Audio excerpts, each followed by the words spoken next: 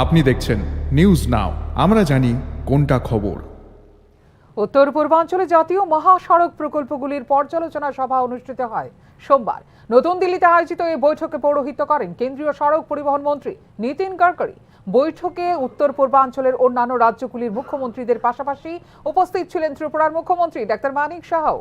নয়াদিল্লির বাণিজ্য ভবনে আয়োজিত এই বৈঠকে ত্রিপুরার জাতীয় সড়ক পরিকাঠামো উন্নয়নে বিশেষ ভূমিকা রাখবে। ত্রিপুরার জন্য ২,৮০০ কোটি টাকারও বেশি মূল্যের প্রকল্প অনুমোদন দেবার সিদ্ধান্ত নিয়েছে কেন্দ্রীয় সড়ক পরিবহন মন্ত্রক।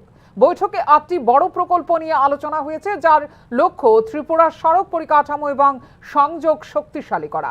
সিদ্ধান্তগুলির মধ্যে অন্যতম হল আগরতলা ইস্টার্ন বাইপাস নির্মাণের জন্য ৮০০ কোটি বরাদ্দ করা, একটি ১১ কিলোমিটার ৪ লেনের রাস্তা এবং ৫০ কিলোমিটার আমতলী থেকে ত্রিপুরা সুন্দরী মন্দির রাস্তাকে ৪ লেনের প্রসারিত করার জন্য ১৫০০ কোটি বরাদ্দ করা, রানীবাজার থেকে আইএসবিটি চন্দ্রপুর সড়ককে আপগ্রেড করার জন্য ৪০০ কোটি টাকা বরাদ্দ করা হয়েছে। ১০ কিলোমিটার প্রসারিত সড়ককে ৪ লেনের রুটে রূপান্তরিত করা হয়েছে। আরও উন্নতির জন্য কেন্দ্রীয় সড়ক তহবিলের অধীনে আরও ১০০ কোটি টাকা প্রদান করারও নেওয়া হয়েছে সিদ্ধান্ত। কমলপুর থেকে আমবাসা, গন্ডাছড়া এবং অমরপুর থেকে সাব্রুম পর্যন্ত একটি নতুন জাতীয় মহাসড়ক নির্মাণ সহ অন্যান্য উল্লেখযোগ্য প্রস্তাবের উপর আলোচনা করেন মুখ্যমন্ত্রী ডাক্তার মানিক সাহা, যা আন্তর্জাতিক বাণিজ্য ও পর্যটনকে শক্তিশালী করবে।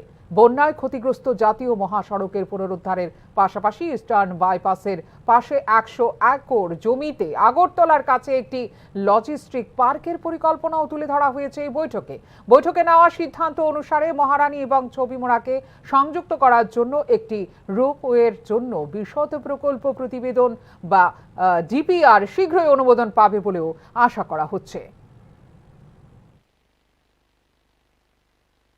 दृष्टि से भी अत्यंत महत्वपूर्ण है। इसकी 856 किलोमीटर लंबी अंतर्राष्ट्रीय सीमा न केवल भारत की सुरक्षा के लिहाज से अहम है,